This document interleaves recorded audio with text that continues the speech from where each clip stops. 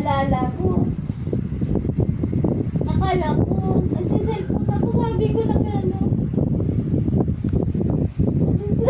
Naalala ko pa kayo. Huwag ganun ko kapag-isa.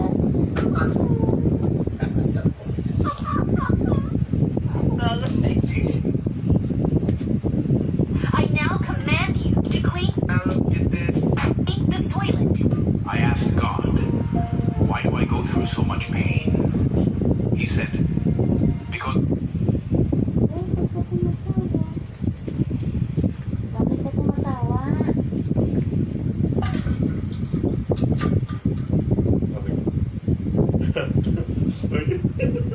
Sinasaktan mo daw kasi siyang kilikili niya. Sabi niya sa akin, hindi niya laro ginagawa sa akin. Sakit yung ginagawa niya sa akin. Diba sabi ko sa iyo eh, huwag ka namang laro. Sabi ko,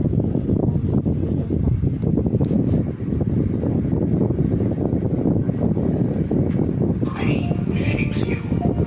It's not meant to break you, but to build the strength I placed within you. I asked, why do people leave when I need them most? God replied, because I needed the world. I asked.